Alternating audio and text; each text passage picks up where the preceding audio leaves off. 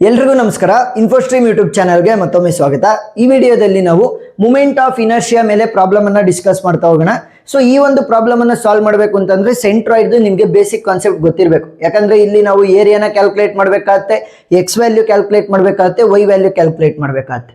ನೀವೇನಾದ್ರೂ ಆ ವಿಡಿಯೋಗಳನ್ನ ನೋಡಿಲ್ಲ ಅಂತಂದ್ರೆ ಅದ್ರದ್ದು ಪ್ಲೇ ಲಿಸ್ಟ್ ಲಿಂಕ್ ಡಿಸ್ಕ್ರಿಪ್ಷನ್ ಅಲ್ಲಿ ಕೊಟ್ಟಿರ್ತೀನಿ, ನೀವು ನೋಡಬಹುದು. ಈಗ ಈ ಒಂದು ಪ್ರಾಬ್ಲಮ್ ಅನ್ನ ಸಾಲ್ವ್ ಮಾಡೋದಕ್ಕೆ ಏನ್ ಬೇಸಿಕ್ ಕಾನ್ಸೆಪ್ಟ್ಗಳು ಬೇಕು ನಾನು ಹೇಳ್ತಾ ಹೋಗ್ತೀನಿ, ಸರಿನಾ? ಎಸ್.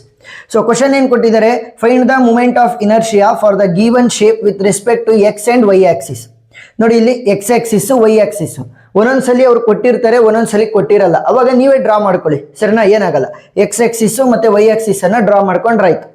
ನೆಕ್ಸ್ಟ್, ಇವಾಗ ನಾವು ಈ ಒಂದು ಪ್ರಾಬ್ಲಮ್ ಅನ್ನ ಸಾಲ್ವ್ ಮಾಡಬೇಕು ಅಂದ್ರೆ ನಾನು ಹೇಳಿದೆ, ಫಸ್ಟ್ ಏರಿಯಾನ ಕ್ಯಾಲ್ಕುಲೇಟ್ ಮಾಡ್ಕೋಬೇಕು, ನೆಕ್ಸ್ಟ್ ಎಕ್ಸ್ ವ್ಯಾಲ್ಯೂಸ್ ಮತ್ತೆ ವೈ ವ್ಯಾಲ್ಯೂಸ್. ಈ ತರ ಒಂದು ಲೈನ್ ಅನ್ನ ಹಾಕೊಂಡೆ ಅಂತಂದ್ರೆ ನೋಡಿ, ಇಲ್ಲಿ ಇದು ಒಂದು ಸಪರೇಟ್ ರೆಕ್ಟ್ಯಾಂಗಲ್ ಆಯ್ತು, ಇದು ಒಂದು ಸಪರೇಟ್ ರೆಕ್ಟ್ಯಾಂಗಲ್ ಆಯ್ತು. ಎರಡೂ ಕೂಡ ರೆಕ್ಟ್ಯಾಂಗಲ್ ಗಳನ್ನ ಕೊಟ್ಟಿದ್ದಾರೆ. So let me name this as rectangle number 1, this as rectangle number 2. So ಈಗ ಫಸ್ಟ್ ಏನ್ ಮಾಡೋಣ, ಏರಿಯಾ ಆಫ್ ರೆಕ್ಟ್ಯಾಂಗಲ್ ನಂಬರ್ 1 ಅನ್ನ ಕ್ಯಾಲ್ಕುಲೇಟ್ ಮಾಡೋಣ. Area of rectangle number 1. So rectangle number 1 ಏರಿಯಾನ ಯಾವ ರೀತಿ ಕ್ಯಾಲ್ಕುಲೇಟ್ ಮಾಡೋದು? ಸಿಂಪಲ್ ಫಾರ್ಮುಲಾ, ರೆಕ್ಟ್ಯಾಂಗಲ್ಗೆ length into breadth. So length ಎಷ್ಟಿದೆ, ಬ್ರೆಡ್ತ್ ಎಷ್ಟಿದೆ ನೋಡಿ. ಸೊ ನೋಡಿ, ಇಲ್ಲಿ ಬ್ರೆಡ್ತ್ ಅಡ್ಡ ಅಡ್ಡ ಇರುವಂತದ್ದು 120 mm ಇದೆ. ಸೊ 120 ಅಂತ ಹಾಕೊಳ್ಳಿ ಸಾಕು. 120 ಇಂಟು ನೋಡಿ, ಇಲ್ಲಿ ಹೈಟ್ ಅಥವಾ ಲೆಂತ್ ಎಷ್ಟಿದೆ ನೋಡಿ, ಲೆಂತ್ 20 mm ಇದೆ. ಸೊ 20 ಅಂತ ಹಾಕೊಳ್ಳಿ ಸಾಕು. 12 2s 24 0 0. So 2400 mm square. So ಇಲ್ಲಿ ಬರೀರಿ mm square is the area of rectangle number 1. So next area of rectangle number 2 ಅನ್ನ ಕ್ಯಾಲ್ಕುಲೇಟ್ ಮಾಡೋಣ. Area of rectangle number 2. So same formula, length into breadth.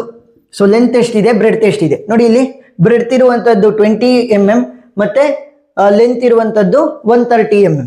So 130 into 20. ಇಲ್ಲೊಂಚೂರು ಆ ಕಡೆ ಈ ಕಡೆ ಆಗಿದೆ. ಈ ಕಡೆ ಫಸ್ಟ್ ನಾನು ಬ್ರೆಡ್ತ್ ಅನ್ನ ಬರ್ದೆ, ಈ ಕಡೆ ಲೆಂತ್ ಅನ್ನ ಬರ್ದೆ. ಏನಾಗಲ್ಲ, ಮಲ್ಟಿಪ್ಲೈ ಮಾಡಿದ್ರೆ ಸೇಮ್ ಆನ್ಸರ್ ಅಲ್ವಾ? ಸೊ 13 2s ಏನಾಗುತ್ತೆ, 26 ಆಗುತ್ತೆ, 0 0. ಸೊ ವ್ಯಾಲ್ಯೂ ಎಷ್ಟಾಯ್ತು, 2600 mm ಸ್ಕ್ವೇರ್. ಸೊ ಈಗ ಎರಡು ರೆಕ್ಟ್ಯಾಂಗಲ್ ಗಳಿಗೆ ನಾವು ಏರಿಯಾನ ಕ್ಯಾಲ್ಕುಲೇಟ್ ಮಾಡ್ಕೊಂಡಿದೀವಿ. ನೆಕ್ಸ್ಟ್ ಏನ್ ಕ್ಯಾಲ್ಕುಲೇಟ್ ಮಾಡಬೇಕು ಅಂದ್ರೆ x and y values. So for rectangle number 1 ಅಂತ ಬರ್ದಿರ್ತೀನಿ ಇಲ್ಲಿ. ರೆಕ್ಟ್ಯಾಂಗಲ್ ನಂಬರ್ 1ಗೆ ಎಕ್ಸ್ ವ್ಯಾಲ್ಯೂನ ಕ್ಯಾಲ್ಕುಲೇಟ್ ಮಾಡ್ಕೋಬೇಕು, ವೈ ವ್ಯಾಲ್ಯೂನ ಕ್ಯಾಲ್ಕುಲೇಟ್ ಮಾಡ್ಕೋಬೇಕು. ನೆಕ್ಸ್ಟ್ ರೆಕ್ಟ್ಯಾಂಗಲ್ ನಂಬರ್ 2ಗೂ ಕೂಡ ನಾವು ಎಕ್ಸ್ ವ್ಯಾಲ್ಯೂ ಕ್ಯಾಲ್ಕುಲೇಟ್ ಮಾಡ್ಕೋಬೇಕು, ವೈ ವ್ಯಾಲ್ಯೂ ಕ್ಯಾಲ್ಕುಲೇಟ್ ಮಾಡ್ಕೋಬೇಕು. ಸೊ ಎಕ್ಸ್ ಮತ್ತೆ ವೈ ವ್ಯಾಲ್ಯೂಸ್ ಎರಡನ್ನೂ ಕೂಡ ನಾವು with respect to x axis and y axis calculate ಮಾಡಬೇಕು. ಅಂದ್ರೆ ಸೆಂಟ್ರಾಯ್ಡ್ ಅನ್ನ ಬರ್ಕೊಳ್ಳಿ. ಸೆಂಟ್ರಾಯ್ಡ್ ಅಂತಂದ್ರೇನು, ಮಿಡಲ್ ಪಾಯಿಂಟ್ ಅಲ್ವಾ? ಮಿಡಲ್ ಪಾಯಿಂಟ್ ಸೆಂಟ್ರಾಯ್ಡ್ ಎರಡರಲ್ಲೂ ಕೂಡ ಶೇಪ್ ನಂಬರ್ 1 ಶೇಪ್ ನಂಬರ್ 2 ಎರಡರಲ್ಲೂ ಕೂಡ ಇರುವಂತಹ ಸೆಂಟ್ರಾಯ್ಡ್ ಅನ್ನ ಬರ್ಕೋಬೇಕು. ಫಸ್ಟ್ ಪಾಯಿಂಟ್ ಮಾಡ್ಕೋಬೇಕು. ನೆಕ್ಸ್ಟ್ ಏನ್ ಮಾಡ್ತೀವಿ ಅಂತಂದ್ರೆ ಎಕ್ಸ್ ಆಕ್ಸಿಸ್ ಮತ್ತೆ ವೈ ಆಕ್ಸಿಸ್ ಟಚ್ ಆಗೋ ರೀತಿ ಲೈನ್ ಗಳನ್ನ ಬರಿತೀವಿ. ನೋಡಿ, ಇಲ್ಲಿ ಈ ತರ ವೈ ಆಕ್ಸಿಸ್ ಟಚ್ ಆಯ್ತು, ನೆಕ್ಸ್ಟ್ ಎಕ್ಸ್ ಆಕ್ಸಿಸ್ ಟಚ್ ಆಗೋ ರೀತಿ, ಎಕ್ಸ್ ಆಕ್ಸಿಸ್ ಟಚ್ ಆಗೋ ರೀತಿ ಒಂದ್ ಲೈನ್, ವೈ ಆಕ್ಸಿಸ್ ಟಚ್ ಆಗೋ ರೀತಿ ಒಂದ್ ಲೈನ್ ಅನ್ನ ಬರ್ದೆ. ಈಗ ಇದ್ಯಾವ್ದಿದು, ಎರಡನೇ ಶೇಪ್ ಅಂತಂದ್ರೆ ಎರಡನೇ ಟ್ರಯಾಂಗಲ್ಗೆ. ಸೊ ಅಡ್ಡಡ್ಡ ಇರುವಂತ ಡಿಸ್ಟೆನ್ಸ್ ಅಂತಂದ್ರೆ ಆರಿಜಾಂಟಲ್ ಆಗಿ ಇದೆಯಲ್ಲ ಡಿಸ್ಟೆನ್ಸ್, ಅದನ್ನ ನಾವು ಎಕ್ಸ್ ವ್ಯಾಲ್ಯೂ ಅಂತ ಕರಿತಾ ಹೋಗ್ತೀವಿ. ನೋಡಿ, ಇಲ್ಲಿ ಎಕ್ಸ್ ವ್ಯಾಲ್ಯೂ ಅಂತ ಕರಿತಾ ಹೋಗ್ತೀವಿ. ಅದೇ ಉದ್ದ ಉದ್ದ ಇದೆಯಲ್ಲ ಹೈಟ್, ಸೊ ಅದನ್ನ ಏನಂತ ಕರಿತೀವಿ ನಾವು, ವೈ ಅಂತ ಕರಿತಾ ಹೋಗ್ತೀವಿ. ಗೊತ್ತಾಯ್ತಾ? ಅಡ್ಡಡ್ಡ ಇದ್ರೆ ಅದು ಎಕ್ಸ್, ಉದ್ದ ಉದ್ದ ಇದ್ರೆ ಅದು ವೈ. ಇಷ್ಟೇ ಸಿಂಪಲ್. ಆರಿಜಾಂಟಲ್ ಆದ್ರೆ ಎಕ್ಸ್, ವರ್ಟಿಕಲ್ ಆದ್ರೆ ವೈ. ಈಗ ಡಿಸ್ಟೆನ್ಸ್ ಅನ್ನ ಕ್ಯಾಲ್ಕುಲೇಟ್ ಮಾಡ್ಬೇಕು. ಸಿಂಪಲ್ ಆಗಿ ಕಂಡುಹಿಡಿತಾ ಹೋಗ್ಬೋದು. ನೋಡಿ, ಇಲ್ಲಿ ಈ ವ್ಯಾಲ್ಯೂ ಎಕ್ಸ್ ಏನಿದೆ ಅದೇ ವ್ಯಾಲ್ಯೂ ಇಲ್ಲೂ ಕೂಡ ಇರುತ್ತೆ. ನೋಡಿ, ಸೆಂಟ್ರಾಯ್ಡ್ ಇಂದ ಈ ವೈ ಆಕ್ಸಿಸ್ಗೆ ಇರುವಂತ ಡಿಸ್ಟೆನ್ಸ್ ಈ ಎರಡೂ ಶೇಪ್ ಗಳಿಗೂ ಕೂಡ ಸೇಮ್ ಇದೆ. ಇಲ್ಲಿಂದ ನಾವು ವೈ ಅನ್ನ ಕ್ಯಾಲ್ಕುಲೇಟ್ ಮಾಡಬೇಕು. ಸೊ ವೈ ಕ್ಯಾಲ್ಕುಲೇಟ್ ಮಾಡೋದು ಯಾವ ರೀತಿ ಅಂತ ಹೇಳ್ತೀನಿ. ಎಕ್ಸ್ ವ್ಯಾಲ್ಯೂ ಒಂದಕ್ಕೆ ಕಂಡಿಡಿದ್ರೆ ಇವೆರಡಕ್ಕೂ ಕೂಡ ಸೇಮ್ ವ್ಯಾಲ್ಯೂ ಬರುತ್ತೆ. ನೋಡಿ, ಇಲ್ಲಿ ಎಷ್ಟಿದೆ ಎಕ್ಸ್ ವ್ಯಾಲ್ಯೂ, ಇಲ್ಲೂ ಕೂಡ ಅಷ್ಟೇ ಎಕ್ಸ್ ವ್ಯಾಲ್ಯೂ ಇರುತ್ತೆ. ಸೊ ಎಕ್ಸ್ ವ್ಯಾಲ್ಯೂ ಏನಿಲ್ಲಿ ಸೆಂಟರ್ ಅಲ್ವಾ? ಸೊ ಸೆಂಟರ್ ಅನ್ನ ನಾವು ಮಾರ್ಕ್ ಮಾಡಿರೋದ್ರಿಂದ ಟೋಟಲ್ 120 mm ಇದೆ. ಅದ್ರಲ್ಲಿ ಅರ್ಧ ಸೆಂಟರ್ ಅಂತಂದ್ರೆ ಅರ್ಧಕ್ಕಲ್ವಾ? ಸೊ 120 ಅದ್ರಲ್ಲಿ ಅರ್ಧ ಅಂತಂದ್ರೆ ಎಷ್ಟಾಯ್ತು, ಎಕ್ಸ್ ವ್ಯಾಲ್ಯೂ ನನಗೆ 60 mm ಆಯ್ತು. ಸೊ ಇಲ್ಲಿ 60 mm ಆಗಿದೆ ಅಂತಂದ್ರೆ ಇಲ್ಲೂ ಕೂಡ ನನಗೆ 60 mm ಆಗಿರುತ್ತೆ. ಸೊ ಎರಡೂ ಶೇಪ್ ಗಳಿಗೂ ಕೂಡ ಅಂದ್ರೆ ಎರಡೂ ಟ್ರಯಾಂಗಲ್ ಗಳಿಗೂ ಕೂಡ ಎಕ್ಸ್ ವ್ಯಾಲ್ಯೂ ಎಷ್ಟಿದೆ, 60 mm. 60 mm. ನೆಕ್ಸ್ಟ್ ವೈ ವ್ಯಾಲ್ಯೂನ ಕ್ಯಾಲ್ಕುಲೇಟ್ ಮಾಡ್ತಾ ಹೋಗೋಣ. ಫಸ್ಟ್ ಎರಡನೇದಕ್ಕೆ ನಾವು ಕ್ಯಾಲ್ಕುಲೇಟ್ ಮಾಡೋಣ ವೈ ವ್ಯಾಲ್ಯೂನ. ಸೊ ನೋಡಿ, ಇಲ್ಲಿ ಸೆಂಟರ್ ಅಲ್ಲೇ ಅಲ್ವಾ ನಾವು ಬರೆಯೋದು ಸೆಂಟ್ರಾಯ್ಡ್ ಅನ್ನ. ಸೊ ಟೋಟಲ್ ಎಷ್ಟಿದೆ, 130 mm ಇದೆ. ಅದರಲ್ಲಿ ಹಾಫ್ ಅಂತಂದ್ರೆ ಸೆಂಟರ್ಗೆ ಅಲ್ವಾ ನಾವು ಮಾರ್ಕ್ ಮಾಡೋದು, ಅದಕ್ಕೋಸ್ಕರ 130 ಇದೆ. ಅದರಲ್ಲಿ ಅರ್ಧ 130 ಹೋಲ್ ಡಿವೈಡೆಡ್ ಬೈ 2 ಅಂತಂದ್ರೆ ಎಷ್ಟಾಗುತ್ತೆ, 65. ಸೊ ವೈ ವ್ಯಾಲ್ಯೂ ಎಷ್ಟು, ಎರಡನೇ ರೆಕ್ಟ್ಯಾಂಗಲ್ಗೆ 65 mm. ಗೊತ್ತಾಯ್ತಾ? ಟೋಟಲ್ 130, ಅದರಲ್ಲಿ ಬರೋ ರೀತಿ ನಾವೇನ್ ಮಾಡಿರ್ತೀವಿ, ಸೆಂಟ್ರಾಯ್ಡ್ ಅನ್ನ ಬರ್ದಿರ್ತೀವಿ. ನೆಕ್ಸ್ಟ್ ಇವಾಗ ಇಲ್ಲಿ ಮೊದಲನೇದು ಇದೆಯಲ್ಲ, ಮೊದಲನೇ ರೆಕ್ಟ್ಯಾಂಗಲ್ಗೆ ಕಂಡುಹಿಡಿಬೇಕಾದ್ರೆ ಹುಷಾರಾಗಿರ್ಬೇಕು. ಮೊದಲನೇ ರೆಕ್ಟ್ಯಾಂಗಲ್ಗೆ ವೈ ವ್ಯಾಲ್ಯೂ ಏನಾಗುತ್ತೆ ಅಂತಂದ್ರೆ ಇಲ್ಲಿಂದ ಇಲ್ಲಿವರೆಗೂ ಇರುವಂತ ಡಿಸ್ಟೆನ್ಸ್ ಗೊತ್ತಾಯ್ತಾ. ಈ ಒಂದು ಸೆಂಟ್ರಾಯ್ಡ್ ಪಾಯಿಂಟ್ ಇಂದ ಎಕ್ಸ್ ಆಕ್ಸಿಸ್ಗೆ ಇರುವಂತ ಡಿಸ್ಟೆನ್ಸ್ ಇಲ್ಲಿಂದ ಇಲ್ಲಿವರೆಗೂ ಅಷ್ಟು ಬೇಕು. ಸೊ ನನಗೆ ಇಲ್ಲಿಂದ ಇಲ್ಲಿವರೆಗೂ ಇರುವಂತ ಡಿಸ್ಟೆನ್ಸ್ ಗೊತ್ತಿದೆ, ಎಷ್ಟದು 130 mm. ಸೊ ನಾನು ಇಷ್ಟು ವ್ಯಾಲ್ಯೂಗಳನ್ನ ಮಾತ್ರ ಕ್ಯಾಲ್ಕುಲೇಟ್ ಮಾಡ್ಕೊಂಡ್ರೆ ಸಾಕು. 130ಗೆ ಅದನ್ನ ಆ್ಯಡ್ ಮಾಡ್ಕೊಂಡ್ರೆ ನನಗೆ ಇಲ್ಲಿಂದ ಇಲ್ಲಿವರೆಗೂ ಇರುವಂತಹ ಡಿಸ್ಟೆನ್ಸ್ ಸಿಗ್ತಾ ಹೋಗುತ್ತೆ. ಸೊ ಇದು ಸೆಂಟರ್ ಅಲ್ವೇನಪ್ಪ, 20 mm ಇದೆ. ಸೊ ಸೆಂಟರ್ ಅಂತಂದ್ರೆ ಕರೆಕ್ಟ್ ಆಗಿ ಮಿಡಲ್ಗೆ ಬರೋ ರೀತಿ ನಾವು ಹಾಕಿರ್ತೀವಿ. ಅಂತಂದ್ರೆ ಏನಾಯ್ತು, 20 hole divided by 2 that is 10. So 10 mm ಆಗುತ್ತೆ, ಅರ್ಧ ಬರೋ ರೀತಿ 10 mm. ಸೊ ಈಗ 10 ಪ್ಲಸ್ 130 ಏನಾಗುತ್ತೆ, ನನಗೆ 140 mm ಆಗುತ್ತೆ. ಸೊ 140 mm ಗೊತ್ತಾಯ್ತಾ ಯಾವ ರೀತಿ ವೈ ವ್ಯಾಲ್ಯೂನ ಕ್ಯಾಲ್ಕುಲೇಟ್ ಮಾಡಿದ್ದು ನಾವು ಮೊದಲನೇ ರೆಕ್ಟ್ಯಾಂಗಲ್ಗೆ ಅಂತ. ಇಲ್ಲಿಂದ ಇಲ್ಲಿವರೆಗೂ ಇರುವಂತ ಡಿಸ್ಟೆನ್ಸ್ ಬೇಕಿತ್ತು. ಸೊ ಇಷ್ಟು ಡಿಸ್ಟೆನ್ಸ್ ಅವ್ರು ಆಲ್ರೆಡಿ ಕೊಟ್ಟಿದ್ರು 130 mm ಅಂತ. ಇದು ಟೋಟಲ್ 20 mm ಇದೆ, ಅದ್ರಲ್ಲಿ ಅರ್ಧ ಆಗಿರುತ್ತೆ ಸೆಂಟ್ರಾಯ್ಡ್ ಅಂತಂದ್ರೆ, ಸೆಂಟರ್ ಅಲ್ಲಿ ಇರ್ಬೇಕಲ್ವ ಅದಕ್ಕೋಸ್ಕರ. ಸೊ ಇದು 10 mm, 10 ಪ್ಲಸ್ 130 ಅಂತಂದ್ರೆ ಟೋಟಲ್ 140 mm. ಸೊ ಈಗ ಅರ್ಧ ಪ್ರಾಬ್ಲಮ್ ನಮಗೆ ಸಾಲ್ವ್ ಆಗಿದೆ. ಏನು, ಏರಿಯಾ ಆಫ್ ರೆಕ್ಟ್ಯಾಂಗಲ್ 1, ರೆಕ್ಟ್ಯಾಂಗಲ್ 2 ಮತ್ತೆ x and y values of rectangle 1, rectangle 2 ಅನ್ನ ಕ್ಯಾಲ್ಕುಲೇಟ್ ಮಾಡಿದೀವಿ. ಈಗ ಮೂಮೆಂಟ್ ಆಫ್ ಇನರ್ಷಿಯಾನ ಕ್ಯಾಲ್ಕುಲೇಟ್ ಮಾಡ್ತಾ ಹೋಗೋಣ. ಫಸ್ಟ್ ನಾವು ಐ ಎಕ್ಸ್ ವ್ಯಾಲ್ಯೂನ ಕ್ಯಾಲ್ಕುಲೇಟ್ ಮಾಡೋಣ, ಆಮೇಲೆ ನಾವು ಐ ವೈ ವ್ಯಾಲ್ಯೂನ ಕ್ಯಾಲ್ಕುಲೇಟ್ ಮಾಡೋಣ. ಅಂತ ಅಂದ್ರೆ inertia at x, inertia at y axis ಅಂತ ಆ ತರ. So I x will be equal to moment of inertia of rectangle number 1 ಅಂತ ಬರ್ದಿರ್ತೀನಿ, plus moment of inertia of rectangle number 2 ಅಂತ ಬರ್ದಿರ್ತೀನಿ. ಗೊತ್ತಾಯ್ತಾ. I x value will be equal to moment of inertia of rectangle number 1 plus moment of inertia of rectangle number 2. Next which will be equal to ix plus al square. ಗೊತ್ತಾಯ್ತಾ, ix plus al square plus ಇಲ್ಲೂ ಕೂಡ same ix plus al square. ix ವ್ಯಾಲ್ಯೂನ calculate ಮಾಡೋದಕ್ಕೆ simple formula ಏನು, bh cube whole divided by 12. ಗೊತ್ತಾಯ್ತಾ. With respect to x axis ಏನಾದ್ರೂ ನಾವು calculate ಮಾಡ್ತಾ ಇದೀವಿ ಅಂತಂದ್ರೆ ಫಾರ್ಮುಲಾ ಏನು, bh cube whole divided by 12 plus area of rectangle number 1. So area of rectangle number 1 ಏನ್ ಬಂದಿದೆ 2400 ಇಂಟು ಲೆಂತ್ ಸ್ಕ್ವೇರ್ ಅಂತ ಇದೆ ನೋಡಿ ಇಲ್ಲಿ ಎಲ್ ಸ್ಕ್ವೇರ್. ಸೊ ಅಲ್ಲಿ ಯಾವ್ದನ್ನ ಬರಿಬೇಕು ನೀಟಾಗಿ ನೋಡ್ಕೊಳ್ಳಿ. ಐ ಎಕ್ಸ್ ವ್ಯಾಲ್ಯೂನ ನಾನು ಕ್ಯಾಲ್ಕುಲೇಟ್ ಮಾಡ್ತಾ ಇದ್ದೀನಿ. ಸೊ ಇದರಲ್ಲಿ moment of inertia of rectangle 1. So first rectangle 1ಗೆ ಹೋಗಿ. ಸೊ ರೆಕ್ಟ್ಯಾಂಗಲ್ 1 ಅಲ್ಲಿ ನಾನು ಇಲ್ಲಿ ಐ ಎಕ್ಸ್ ಅನ್ನ ಕ್ಯಾಲ್ಕುಲೇಟ್ ಮಾಡ್ತಿರೋದ್ರಿಂದ ಅದರ ಉಲ್ಟಾ ವೈ ವ್ಯಾಲ್ಯೂನ ಬರಿಬೇಕು. ಸೊ ವೈ ವ್ಯಾಲ್ಯೂ ಅಂತಂದ್ರೆ ಎಷ್ಟಿದೆ, ನನಗೆ 140 ಇದೆ ಹೋಲ್ ಸ್ಕ್ವೇರ್. ನೀಟಾಗಿ ಕೇಳಿಸ್ಕೊಳ್ಳಿ. ನಾವು ಐ ಎಕ್ಸ್ ಅನ್ನ ಕ್ಯಾಲ್ಕುಲೇಟ್ ಮಾಡ್ಬೇಕಾದ್ರೆ ವೈ ವ್ಯಾಲ್ಯೂನ ಬರಿತೀವಿ. ಏನು, ಎಕ್ಸ್ ಅನ್ನ ಕ್ಯಾಲ್ಕುಲೇಟ್ ಮಾಡ್ಬೇಕಾದ್ರೆ ವೈ ವ್ಯಾಲ್ಯೂ ಬರಿತೀವಿ, ವೈ ಅನ್ನ ಕ್ಯಾಲ್ಕುಲೇಟ್ ಮಾಡ್ಬೇಕಾದ್ರೆ ಎಕ್ಸ್ ವ್ಯಾಲ್ಯೂ ಬರಿತೀವಿ. ಸೊ ಪ್ರೊಸೀಡ್ ಆದಾಗ ನಿಮಗೆ ನೀಟಾಗಿ ಅಂಡರ್ಸ್ಟ್ಯಾಂಡ್ ಆಗುತ್ತೆ. ಐ ಎಕ್ಸ್ ವ್ಯಾಲ್ಯೂನ ಕಂಡುಹಿಡಿತಾ ಇರೋದ್ರಿಂದ ರೆಕ್ಟ್ಯಾಂಗಲ್ ನಂಬರ್ 1 ಅಲ್ಲಿ ವೈ ವ್ಯಾಲ್ಯೂ ಏನಿದೆ ಆ ವೈ ವ್ಯಾಲ್ಯೂನ ಲೆಂತ್ ಆಗಿ ಯೂಸ್ ಮಾಡ್ಕೋಬೇಕು. ಗೊತ್ತಾಯ್ತಾ. ರೆಕ್ಟ್ಯಾಂಗಲ್ 1 ಅಲ್ಲಿ ವೈ ವ್ಯಾಲ್ಯೂ ಏನಿದೆ ಅದನ್ನ ಲೆಂತ್ ಆಗಿ ಯೂಸ್ ಮಾಡ್ಕೋಬೇಕು when you are solving for I x. I y calculate ಮಾಡ್ಬೇಕಾದ್ರೆ ನಾನು ಹೇಳ್ಕೊಡ್ತಾ ಹೋಗ್ತೀನಿ.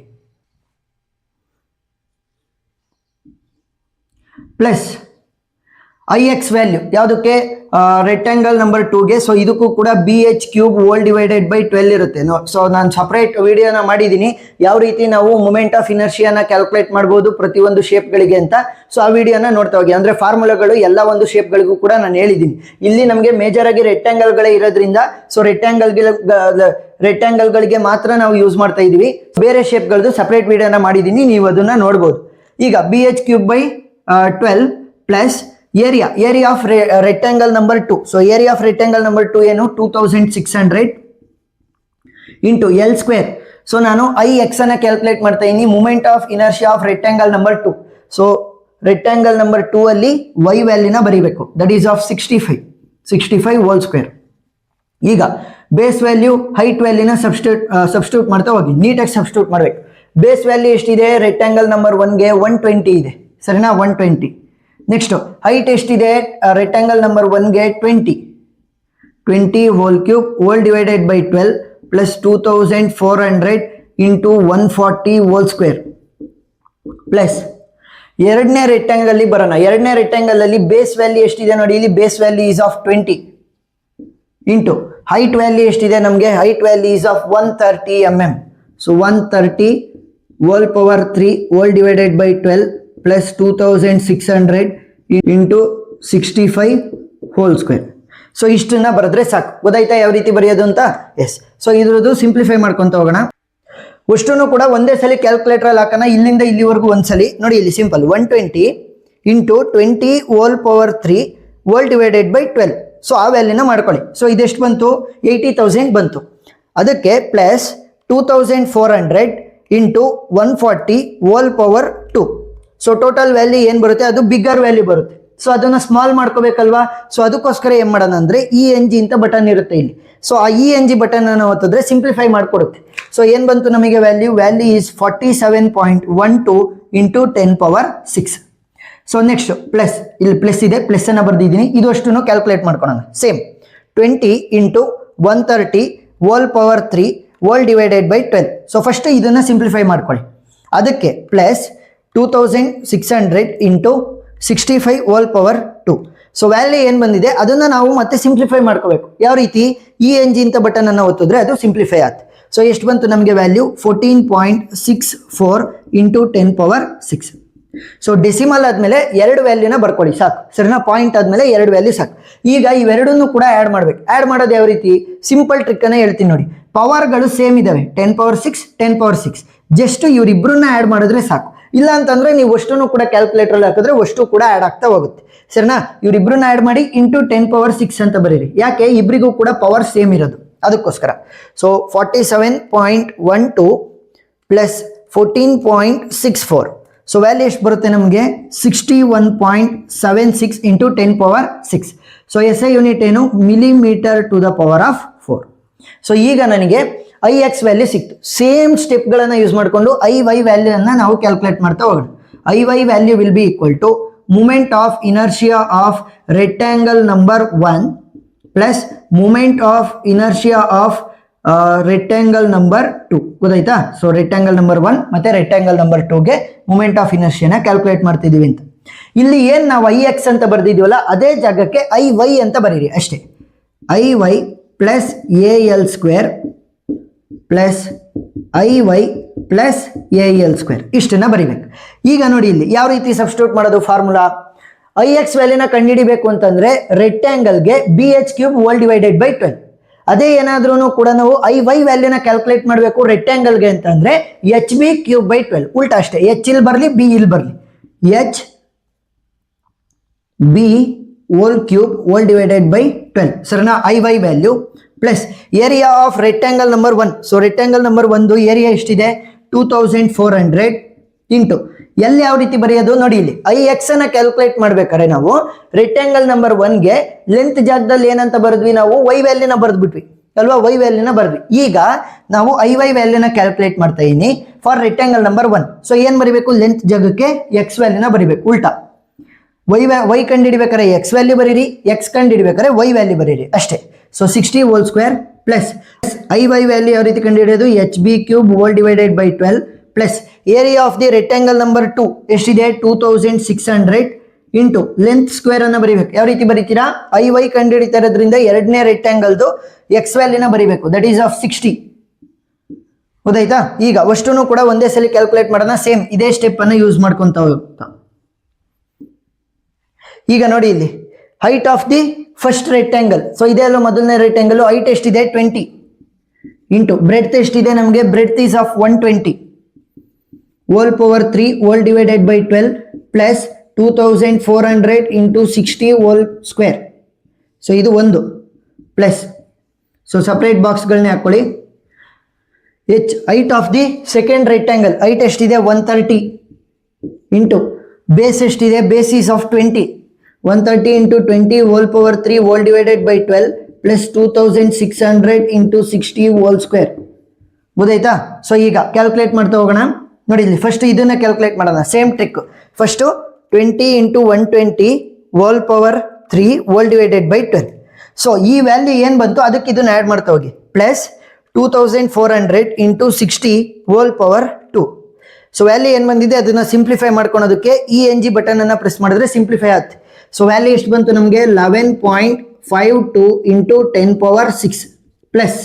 ಸೊ ಈ ಪ್ಲಸ್ ಅನ್ನ ಇಲ್ಲಿ ಬರ್ದಿದ್ದೀನಿ. ನೆಕ್ಸ್ಟ್ ಇದನ್ನ ಕ್ಯಾಲ್ಕುಲೇಟ್ ಮಾಡೋಣ. 130 into 20 hole power 3 whole divided by 12. So value ಏನು ಬಂದಿದೆ ಇಷ್ಟಕ್ಕೆ, ಅದಕ್ಕೆ ಇದನ್ನ ಆ್ಯಡ್ ಮಾಡ್ತಾ ಹೋಗಿ. Plus 2600 into 60 whole power 2. So value ಏನು ಬಂತು ಅದನ್ನು ಸಿಂಪ್ಲಿಫೈ ಮಾಡ್ಕೊಳೋದಕ್ಕೋಸ್ಕರ ಇಲ್ಲಿ ENG ಅಂತ ಬಟನ್ ಇರುತ್ತೆ, ಅದನ್ನು ಪ್ರೆಸ್ ಮಾಡಿದ್ರೆ ಸಿಂಪ್ಲಿಫೈ ಆಯಿತು. ಸೊ ಏನು ವ್ಯಾಲ್ಯೂ 9.44 ಇಂಟು 10⁶. ನೋಡಿ ಇಲ್ಲಿ 10⁶, ಇಲ್ಲೂ ಕೂಡ 10⁶. ಸೊ ಪವರ್ಗಳು ಸೇಮ್ ಇದಾವೆ ಅಂತಂದ್ರೆ ನಾವೇನು ಮಾಡ್ಬೋದು, ಇನ್ನು ಉಳಿದಿರುವಂಥ 9.44 ಮತ್ತು 11.52 ಅನ್ನು ಆ್ಯಡ್ ಮಾಡ್ತಾ ಹೋಗ್ಬೋದು.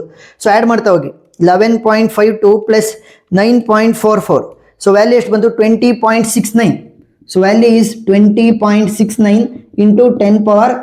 ನೋಡಿ ಕಾಮನ್ ಪವರ್ ಇದು 10⁶ ಅಂತ. ನೀವು ಮಾಮೂಲಿಯಾಗಿ ಕ್ಯಾಲ್ಕುಲೇಟರಲ್ಲಿ ಸಪ್ರೇಟಾಗಿ ಹಾಕಿದ್ರು ಕೂಡ ಸೇಮ್ ವ್ಯಾಲ್ಯೂನೇ ಬರುತ್ತೆ, 20.69 ಇಂಟು 10⁶.